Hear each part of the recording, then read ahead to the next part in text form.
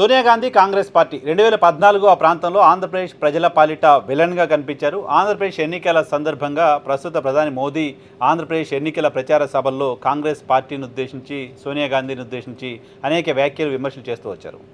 తల్లిని చంపి బిడ్డను వేరు చేశారు అంటూ ఆయన చేసిన వ్యాఖ్యలు ఎన్నికల ప్రచారం సందర్భంగా చాలా విస్తృతంగా ప్రాచుర్యంలోకి వచ్చాయి.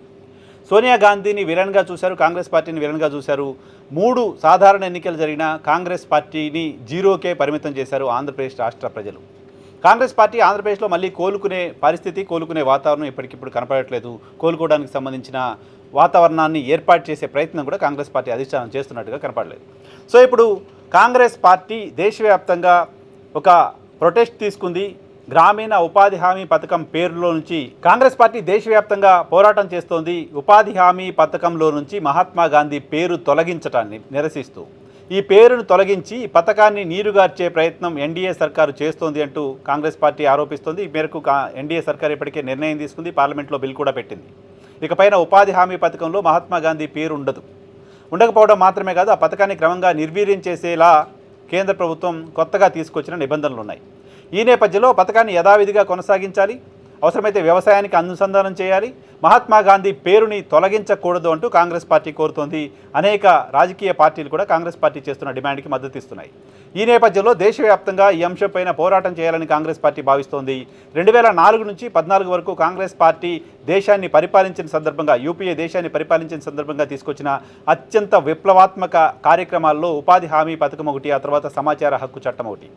ఈ 2 కీలకమైన పథకాలు 2009లో కాంగ్రెస్ పార్టీ రెండోసారి కేంద్రంలో అధికారంలోకి రావడానికి కారణమయ్యాయి. అంతేకాదు గ్రామీణ ప్రాంతాల్లో ప్రజల జీవన ప్రమాణాలు పెరగడానికి కూడా కారణమయ్యాయి. హంగర్ ఇండెక్స్లో భారత్ కాస్త మెరుగుపడడానికి కూడా కారణమయ్యాయి. గ్రామీణ ప్రాంతాల్లో ఆకలి చావులు లేకుండా చేశాయి. గ్రామీణ ప్రాంతాల్లో ఉపాధికి సంబంధించిన ఇబ్బంది లేకుండా చేశాయి. స్వాతంత్రం వచ్చిన తర్వాత ప్రభుత్వాలు తీసుకున్న అత్యంత కీలకమైన నిర్ణయాల్లో, ప్రభుత్వాలు తెచ్చిన అత్యంత గొప్ప పథకాలలో ఉపాధి హామీ పథకాన్ని కూడా ఒకటిగా చూడొచ్చు. ఆ కారణంగానే అధికారంలోకి వచ్చిన 12 ఏళ్ల దాకా ఈ పథకం వైపు చూసే ధైర్యం కూడా ఎన్డీఏ సర్కారు చేయలేదు, దాని పేరు మార్చే ప్రయత్నం కూడా చేయలేదు.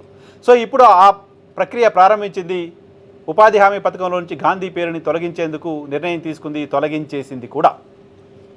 దీన్ని నిరసిస్తూ ఆందోళన చేస్తోంది. నేను ముందుగా చెప్తున్నట్టుగా ఆంధ్రప్రదేశ్లో కాంగ్రెస్ పార్టీ పరిస్థితి అయితే, ఆంధ్రప్రదేశ్ నుంచే 2006లో ఈ పథకాన్ని యూపీఏ సర్కారు ప్రారంభించింది.